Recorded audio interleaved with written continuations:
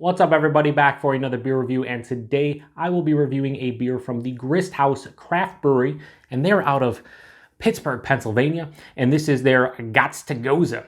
So this is a Gose that is brewed with Guava and Himalayan salt, comes in at 4.5% alcohol by volume, 2 IBUs. Yeah, 2 IBUs. And at the time of review, this can is approximately 3 weeks old. So I want to give a huge thanks and shout out to my buddy Sean for hooking me up with this beer. He actually made a trip recently to the Pittsburgh area, and he brought back 9 different Pittsburgh area beers for me. So thank you very much, good sir. I do appreciate it. In the description box, I'll post a link to the beer haul video I did, and you can check out all the goodies that he hooked me up with. But thank you, Sean. I do appreciate it. You know, he went down there and he was nice enough to grab me some Pittsburgh goodness, so I'm all about it. Anyway, Grist House. First beer I'm reviewing from them. It's a Guava Gose, has Himalayan salt in it. Sounds pretty delicious. Let's get into it. I already did a roll and everything, so we should be good.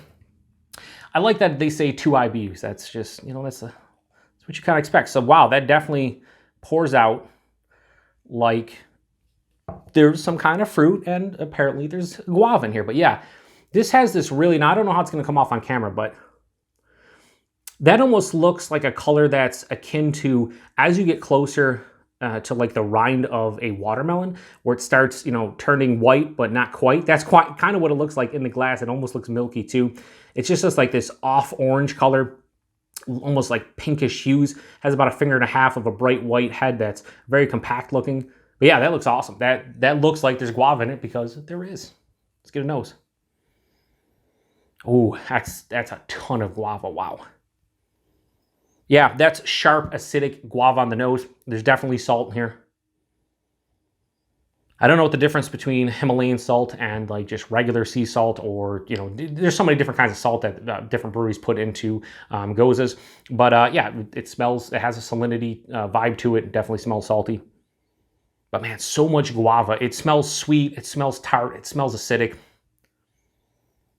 There's a like underlying crackery, almost biscuity vibe to the malt base. But it has on the nose, it has like a really nice, there's a little bit of like a sharp funk too. I mean, this is kettle sour, so I mean, I usually don't get funk with kettle sours, but yeah, that smells just like tons of guava in here. All the guava. So let's get into it. Cheers, everybody, and thanks again, Sean.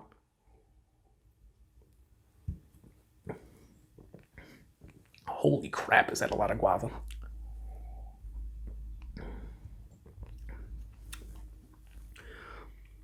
First thing I'll say about this one is it's not overly sour. It's actually just like a moderate tartness. But holy crap.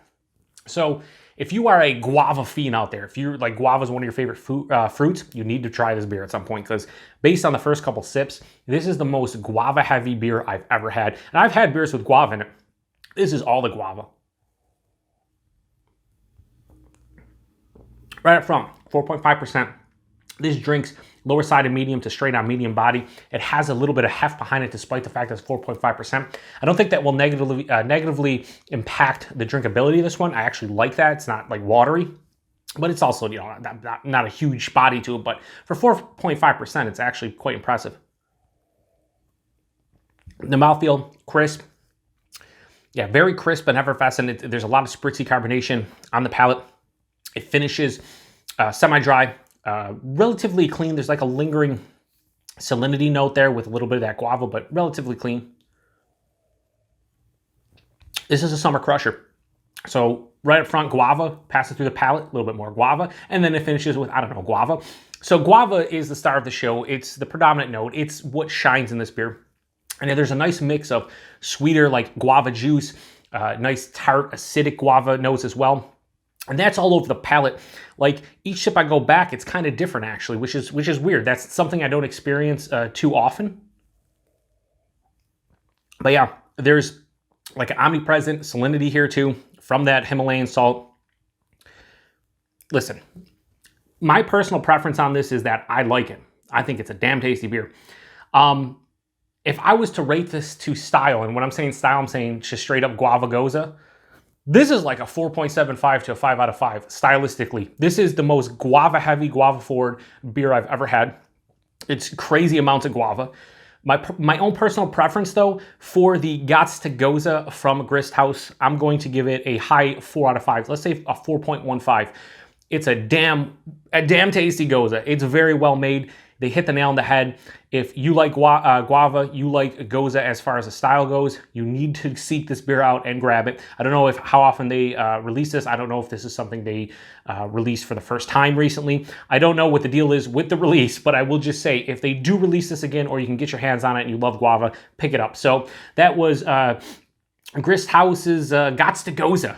And it is crazy amounts of guava, and I give it a high 4 out of 5. We'll go 4.15.